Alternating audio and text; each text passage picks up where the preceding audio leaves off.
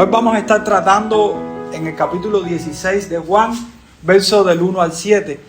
Pero antes de leerle el texto, me gustaría meditar sobre lo que se experimenta cuando perdemos a un ser querido, o lo que experimentamos cuando alguien se tiene que ir de nuestro lado y quedamos desesperanzados.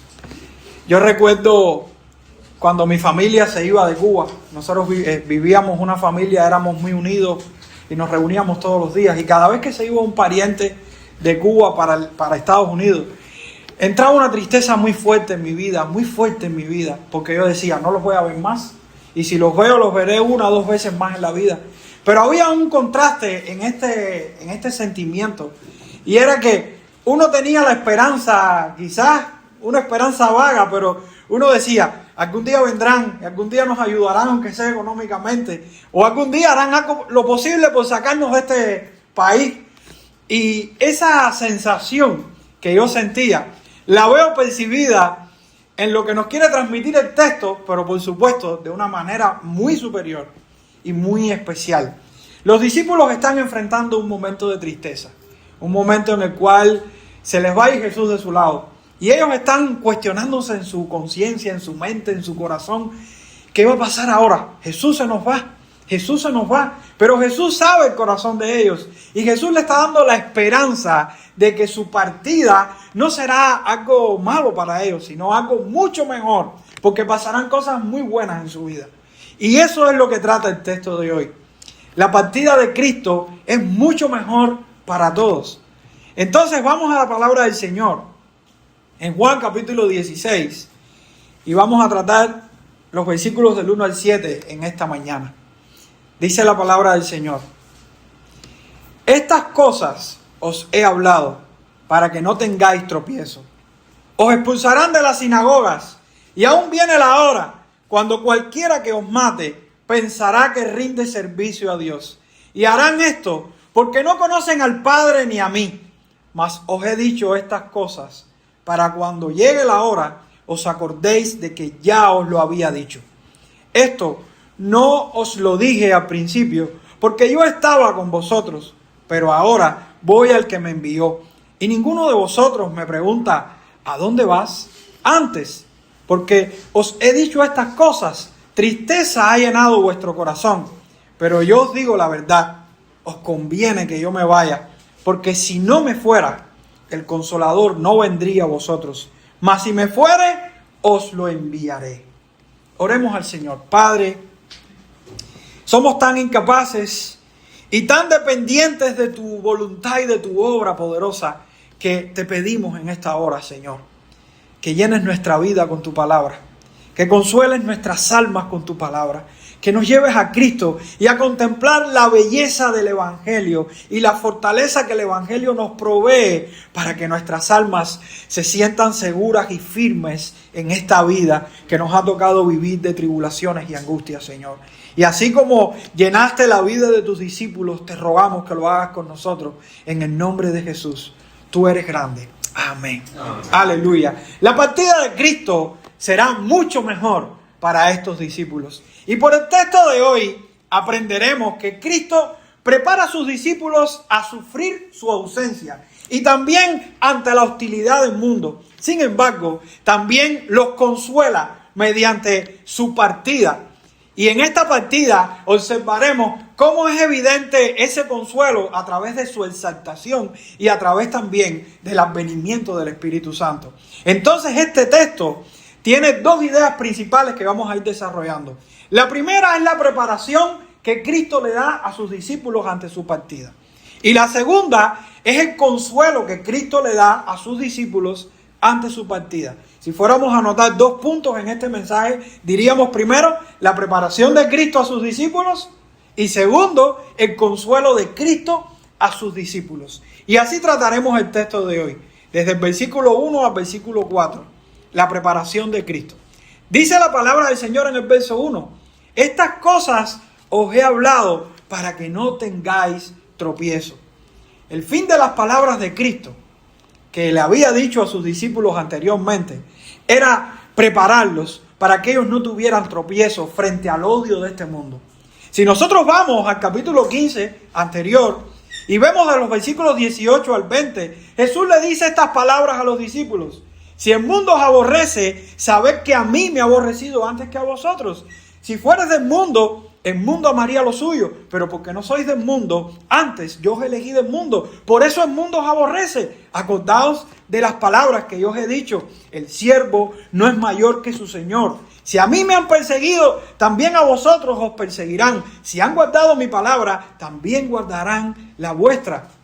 Ahora estos discípulos necesitan ánimo para no tropezar. Y el significado que se le da a la palabra tropezar es tomar por sorpresa. Jesús lo que les está infiriendo con sus palabras es que no les tome por sorpresa cuando venga la persecución contra ustedes. Él los está ubicando en tiempo y espacio. Él les está diciendo: viene la persecución, pero que eso no los tome por sorpresa. No sufran un desengaño, no vengan equivocados al evangelio. No me sigan equivocadamente, porque la persecución viene. Jesús les está advirtiendo esto. Y hoy vemos muchas denominaciones o creencias heréticas que enseñan lo contrario a lo que Jesús le está diciendo a los discípulos. Y ahorita el pastor estaba hablando de cómo esta ciudad, y yo diría que este país y este mundo está lleno de personas con esta fe ficticia y ese positivismo de creer de que no vamos a sufrir, o de que el cristiano no tiene que sufrir, o de que ya Cristo, como sufrió todo lo que nosotros debemos sufrir, no podemos padecer, o que el sufrimiento constante es una señal de no tener fe. Todo esto es una falsedad, porque el cristiano tiene que sufrir. El seguidor de Cristo sufrirá y tendrá que padecer persecución del mundo contra él. Y es por esa razón que Jesús está preparando a sus seguidores para que pongan los pies en la tierra y su fe en sus palabras. Poner los pies en la tierra lo que significa es estar consciente de que algo tendremos que padecer. Estar claros, convencidos de que este mundo es un mundo de aflicciones, de que este mundo es un mundo donde el odio se levantará contra los que siguen a Jesús, pero también al mismo tiempo poner nuestra fe en las palabras de Cristo, porque si Él nos anuncia que vamos a padecer, también en otros lugares nos está diciendo que estará con nosotros hasta el fin del mundo.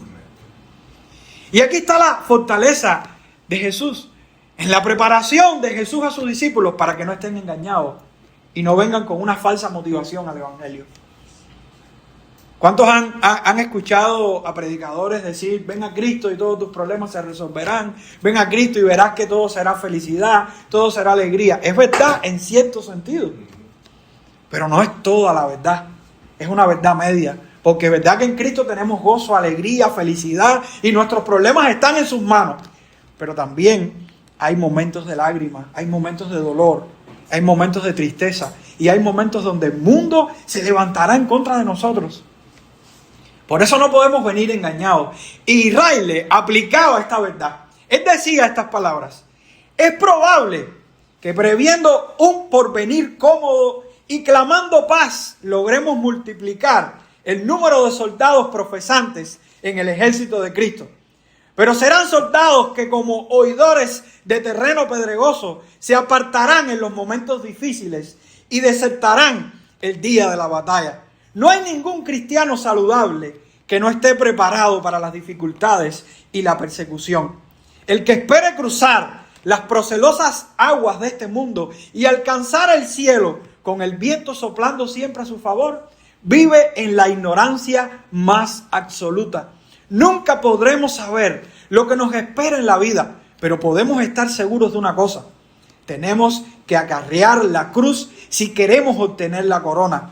Que este principio quede indeleblemente grabado en nosotros, y entonces, cuando llegue el momento de la prueba, no tropezaremos.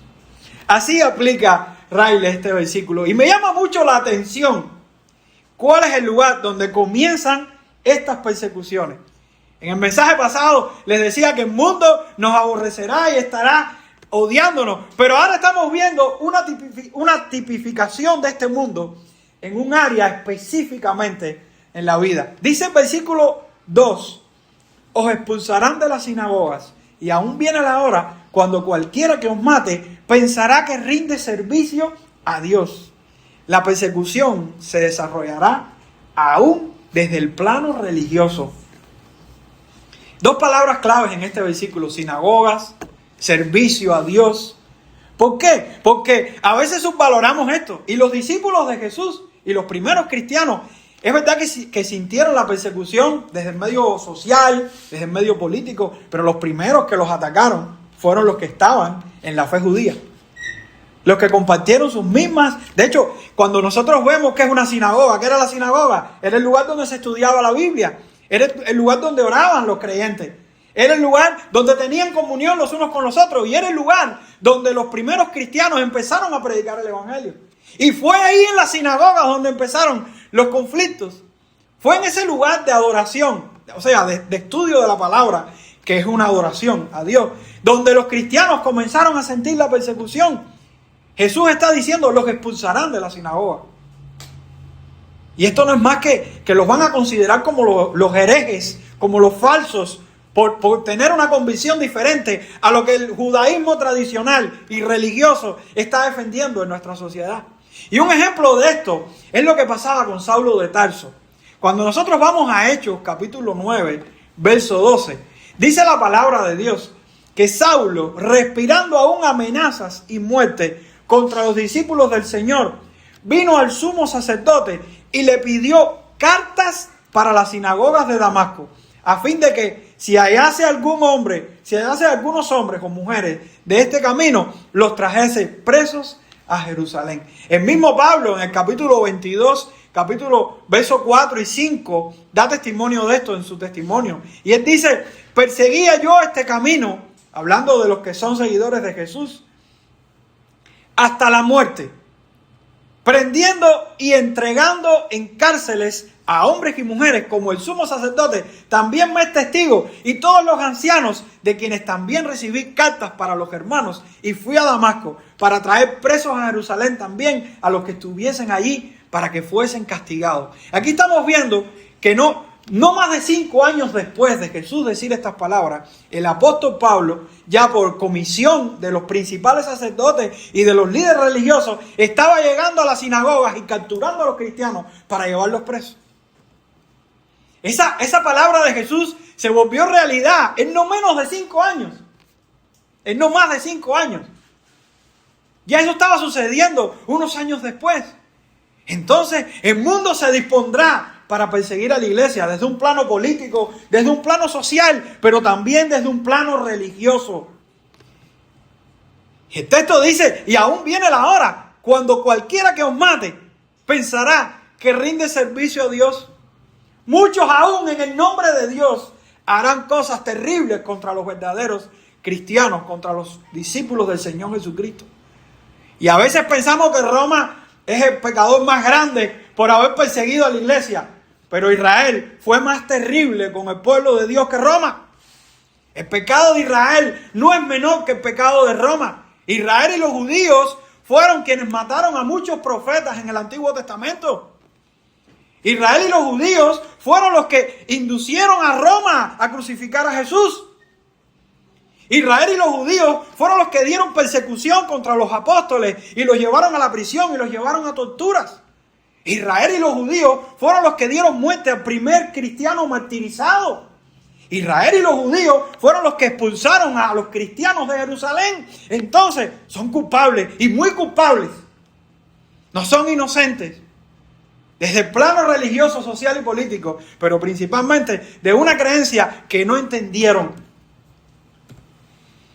En nombre de Dios se han cometido los mayores pecados y las mayores blasfemias en este mundo.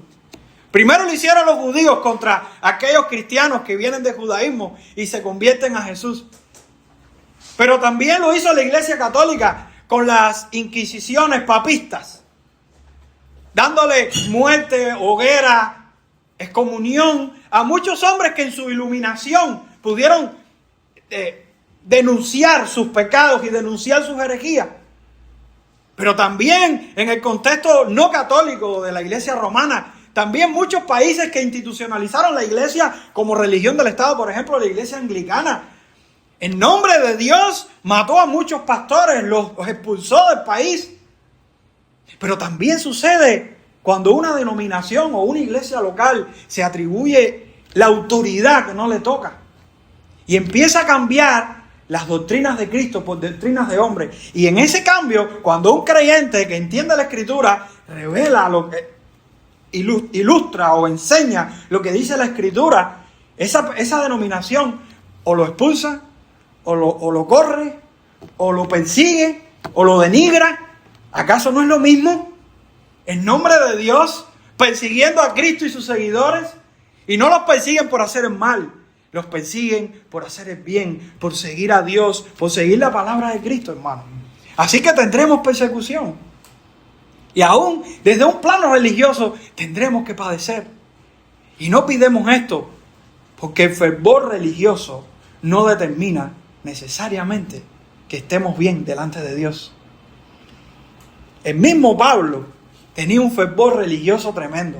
Cuando nosotros vamos, por ejemplo, a Hechos capítulo 26, Pablo dice esto, en el versículo 9 y versículo 10, Pablo dice, yo ciertamente, y miren esta parte, yo ciertamente había creído en mi deber hacer muchas cosas contra el nombre de Jesús de Nazaret, lo cual también hice en Jerusalén. Yo encerré en cárceles a muchos de los santos, habiendo recibido poderes de los principales sacerdotes, y cuando los mataron, yo di mi voto. Para Pablo era un deber perseguir a Jesús y a sus seguidores.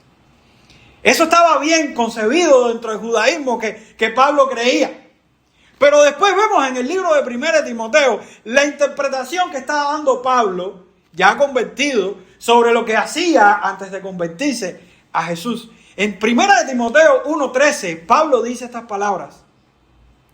Habiendo yo sido antes blasfemo, perseguidor e injuriador, mas fui recibido a misericordia, porque lo hice por ignorancia en incredulidad. Entonces el mismo apóstol Pablo en su testimonio está reconociendo de que él se veía comprometido en su deber en perseguir a los seguidores de Jesús, pero al mismo tiempo después reconoce de que lo estaba haciendo en ignorancia, en medio de su incredulidad, porque no estaba claro. Tenía un fervor religioso, sí, pero su fervor religioso estaba equivocado. Como muchos hoy, como muchos han pasado en la historia, en nombre de Dios han llevado a la prisión a mucha gente. Pero la persecución es inevitable contra los que siguen a Jesús. Y esto es evidente porque no conocen al Dios verdadero, porque tienen un Dios hecho a su imagen. Dice el versículo 3, y harán esto porque no conocen al Padre ni a mí. Ellos no han creído en el Padre, porque no han reconocido a Jesús, no han reconocido al Hijo de Dios, quien es el camino, la verdad y la vida. Por eso no pueden creer en el Padre, por eso están equivocados, por eso tienen un Dios falso. Porque no es el Dios verdadero. ¿Cómo el Dios verdadero va a mandar o va a poner en el pensamiento de sus hijos matar al propio Jesús? Por eso Juan capítulo 1, versos 10 y 11 dice, en el mundo estaba y el mundo por él fue hecho, pero el mundo no le conoció. A lo suyo vino y los suyos no le recibieron. Ellos no conocen al Padre, tampoco conocen al Hijo. Ellos no reconocen en sus propias vidas lo que significa Dios para ellos. Son desobedientes y por hecho adoran un Dios falso. Por eso adoran un Dios hecho a su imagen, a su propia semejanza. Por eso son idólatras. Por eso persiguen a los verdaderos creyentes. Y por consecuencia podemos decir que quienes no reconocen al Dios Trino se convierten en idólatras. Literalmente. Y terminan persiguiendo a los seguidores que adoran a ese Dios Trino. Entonces, amados hermanos, debemos tener conciencia de que las pruebas vendrán contra los hijos de Dios. De que las pruebas vendrán. Y Jesús lo que nos está advirtiendo y nos está preparando en esta primera verdad del texto es que debemos ser conscientes de esto. Tendremos que padecer. No todo el tiempo vamos a estar riéndonos. En algún momento tendremos que padecer desde el mundo, desde un área social y política, pero también aún desde el área religiosa. Y Jesús, que lo sabe todo, les habla en el versículo 4 en la primera parte y les dice lo que va a pasar. Él les dice, mas os he dicho estas cosas para que cuando llegue la hora os acordéis de que ya os lo había dicho. Es importante resaltar que el idioma original está usando un pronombre personal aquí, es yo.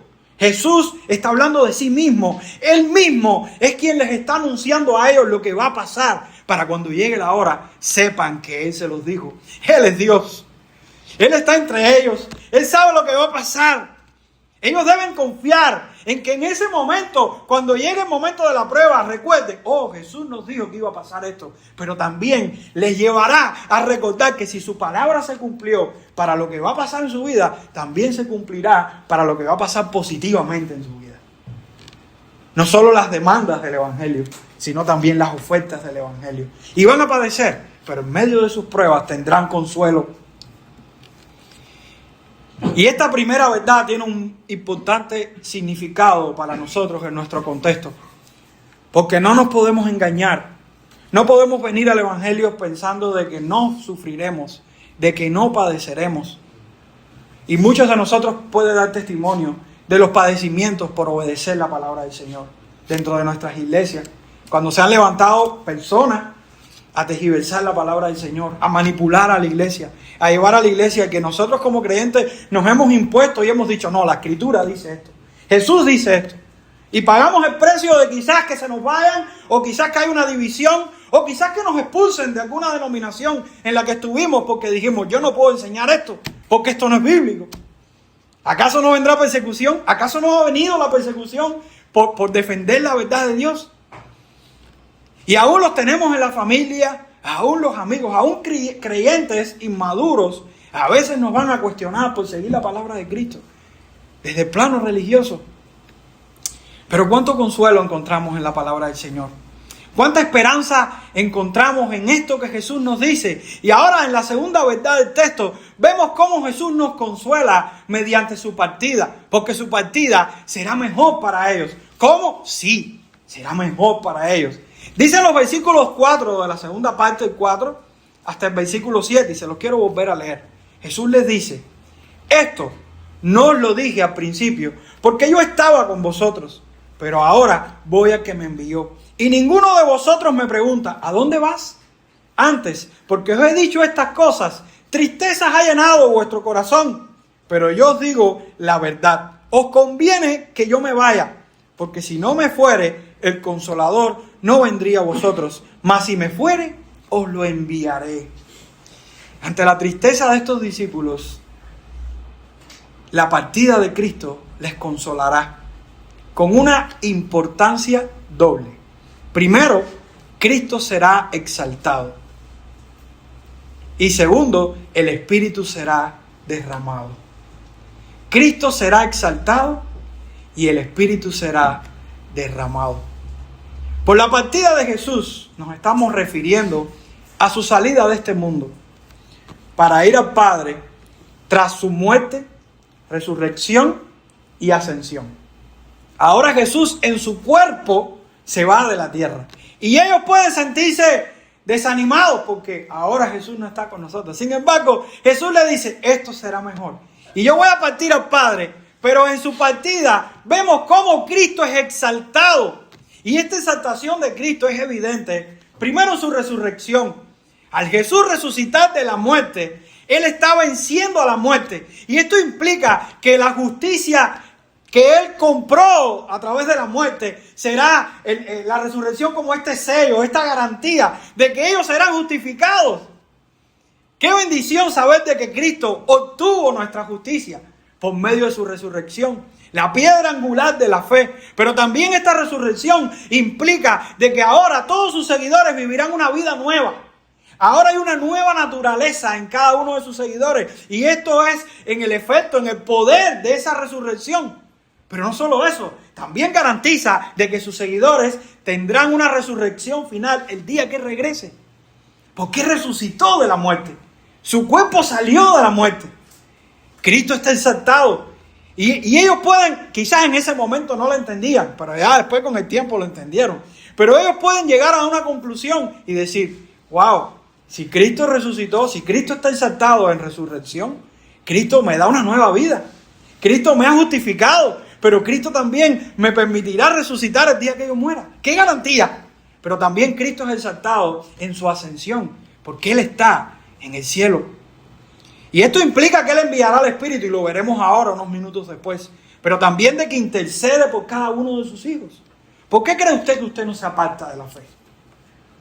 ¿Por su fuerza? No, porque Cristo intercede por usted al Padre.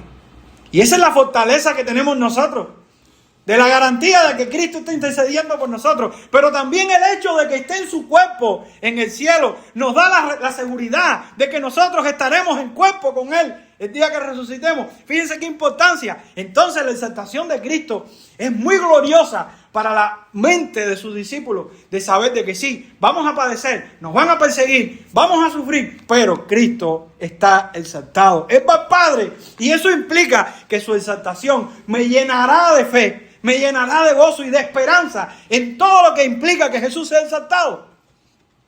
Calvino decía de esto en la institución: creemos que subió a los cielos, con cuya entrada nos abrió ese reino, el cual había sido cerrado en Adán, pues entró en el cielo revestido de nuestra carne, para que poseamos ya el cielo por medio de la esperanza y mediante él, y de algún modo nos sentemos ya entre los celestiales o bienaventurados. Creemos asimismo que Él está sentado allí a la diestra del Padre, del mismo modo que apareció en carne, con lo cual significa que fue declarado Rey, árbitro y Señor sobre todas las cosas, sin excepción de una sola, que a su dominio no estuviera sometida, para que por tal dominio nos enriqueciera de dones espirituales procedentes de su virtud, y así nos santifica y nos limpia de las manchas de pecado, y nos gobierna y nos guía hasta que pertenezcamos a Él por la muerte,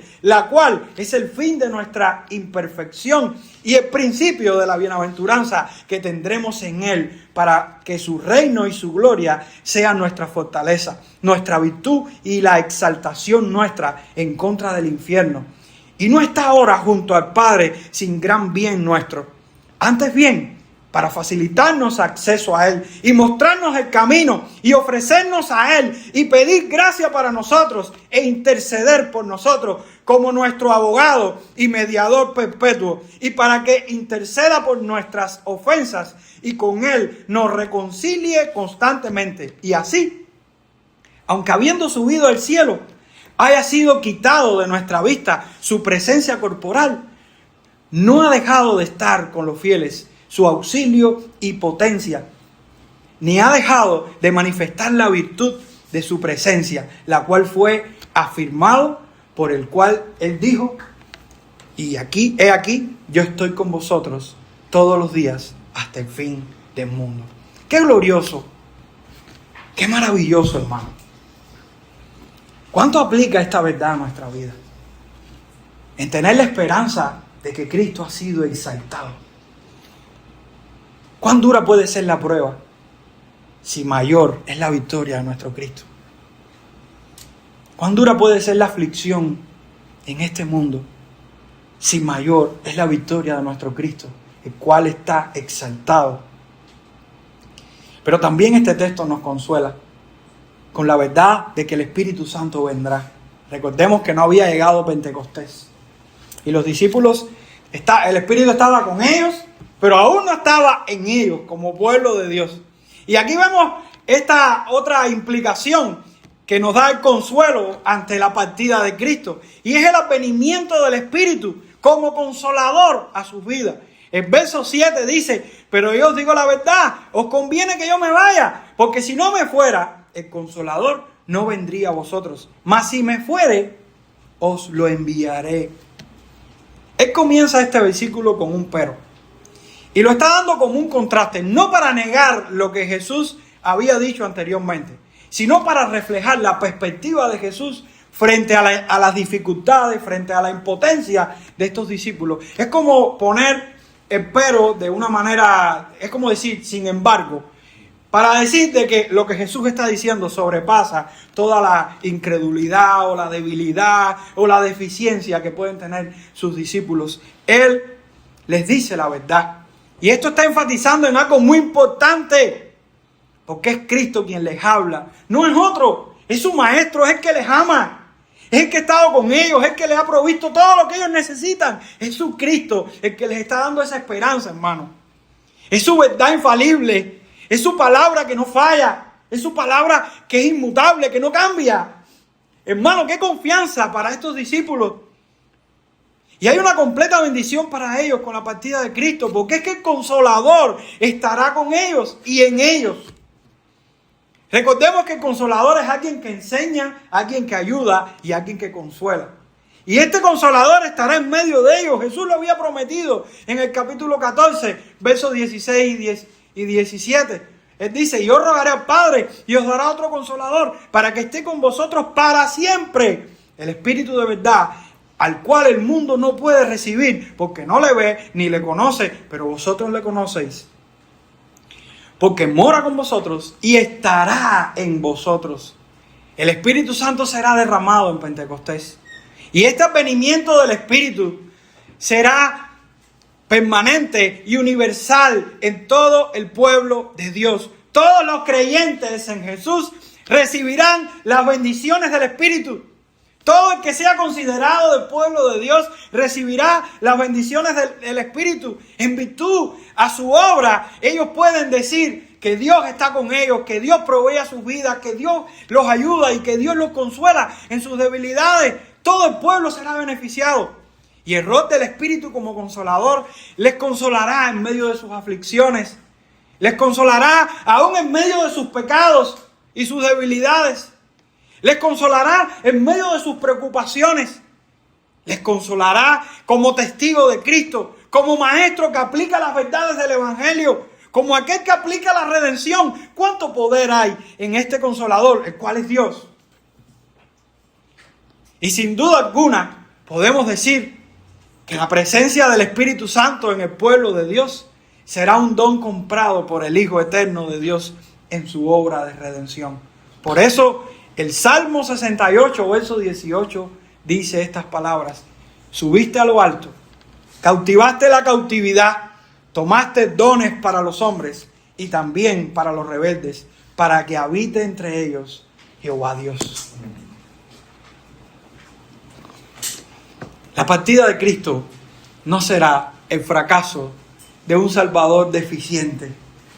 Será la victoria y la exaltación de un Salvador que consolará a sus discípulos que en medio de las pruebas, en medio de las tribulaciones, aun cuando se levanten los llamados religiosos, aun cuando se levante el mundo, aun cuando nos persigan y en medio de nuestro sufrimiento y en medio de nuestra agonía, el Señor nos consuela con el poder de su palabra, con el poder de su presencia, porque está con nosotros y está en nosotros. Por este texto podemos decir que Cristo nos prepara para el sufrimiento. Tenemos que estar conscientes de que seremos perseguidos. En algún momento de nuestra vida tendremos un altercado con alguien por nuestra fe. Pero consolémonos con esto, porque al mismo tiempo Cristo es exaltado y está exaltado en estos momentos. Y estará exaltado. De modo, hermano, que todos los privilegios y las bendiciones que Él realizó por nosotros son cumplidas en nosotros como pueblo de Dios. De modo que el Espíritu también está en nosotros. De modo que lo que necesitemos para nuestra vida y nuestras carencias espirituales están ahí. De modo que llegaremos hasta el final, porque nuestra garantía no depende de nosotros, depende de Él, el que lo puede hacer todo y lo hace bien. Y el problema más grande con este texto no lo tienen los que son perseguidos, lo tienen los perseguidores. Porque a veces podemos caer en el error y convertirnos en perseguidores de aquellos que aman la palabra de Dios, cuando juzgamos al hermano por querer hacer la palabra de Dios y cumplirla en su vida. O cuando murmuramos con otro porque un hermano de la fe es un santurrón o quiere vivir piadosamente. Pero cuidémonos de esto, porque estos perseguidores que aún usan el nombre de Dios para perseguir a los hijos de Dios están cometiendo un grave peligro. Y es el peligro de la condenación que vendrá contra ellos por ser enemigos de Dios. Así que cuidemos nuestro corazón, cuidemos nuestras palabras, cuidemos nuestro pensamiento, porque cuando juzgamos y hacemos el mal contra un hermano de la fe, aún usando el nombre de Dios como una justificación, estamos siendo como esos perseguidores. Y quizás no llevemos a un extremo como llegaron en otros momentos, pero podemos ser de aquellos que juzgan y aquellos que matan al hermano en su corazón. Pero si nosotros somos de los perseguidos, alegrémonos con esto, porque estamos conscientes de que esta vida pasará. Estamos conscientes de que el tiempo, ¿qué tiempo nos queda de vida? ¿Cuántos años hemos vivido? Y tú dices, tengo 40 años, yo llegaré a 80 años. Y yo digo, me quedan 40 años y esos 40 años pasaron. Vamos a suponer que yo dure 80. No creo, pero vamos a suponer que dure 80. Y esos 40 años que pasaron, se fueron. Como si hubiera nacido ayer. El tiempo pasó. ¿Qué me queda de vida? ¿Qué tengo que sufrir un poquito más? ¿Qué tengo que padecer un poquito más? No importa, tengo una eternidad delante de mí. Una eternidad que no puedo perder. Una eternidad que me inspira y me fortalece ante todas las presiones que estoy teniendo por seguir a Cristo. Tomar la cruz implica esto, hermano. Tomar la cruz de Cristo implica esto. Es estar conscientes de que padeceremos por causa de Cristo.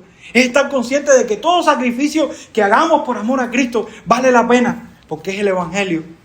Porque eso demuestra que no somos parte de esa multitud que seguía a Jesús, sino de aquellos que siguieron a Jesús hasta la muerte. Pero consolémonos con esto, porque Jesús está exaltado. Y todas las implicaciones de su obra son impactadas en su pueblo. Y consolémonos con esto. El Espíritu de Dios está en medio nuestro, consolándonos en cualquiera de las necesidades que tengamos, porque Él es nuestro Dios, es nuestro amado Dios. Y gocémonos en esto y adoremos a Dios por esto, porque Él es grande y maravilloso. Demos gracias al Señor. Padre, en el mundo tendremos aflicciones de cualquier tipo, pero sabemos que nuestro amado Jesús venció al mundo. Y fue una muerte triste, la muerte que nos tocaba a nosotros, pero también resucitó con poder. Y esa resurrección y esa ascensión y ese estado en el cual Él está ahora intercediendo por nosotros, nos llena de gozo y de esperanza, de que sabemos que en este mundo no estamos desamparados, que estamos con un Señor y Salvador, el cual nos salvó, pero el cual también nos fortalece y nos llena de sus dones por medio de su Espíritu, el cual mora en nosotros como pueblo de Dios. Tenemos toda la plenitud de Dios a nuestro favor. Tenemos todo el consuelo de Dios a nuestro favor. Y en esta hora te ruego, Padre, por cada uno de mis hermanos, si tiene falta de fe, falta de confianza, si está padeciendo y ve que las pruebas son más fuertes que su pensamiento, que Él pueda aferrarse a la palabra de Cristo y consolarse en que el Cristo exaltado está a su favor, en que el Espíritu Consolador está a su favor y en que el Padre amoroso diseñó este plan para que hoy viviéramos la fe y la vida de una manera diferente y de una manera en victoria como viven los hijos de Dios. En el nombre de Jesús. Amén. Amén.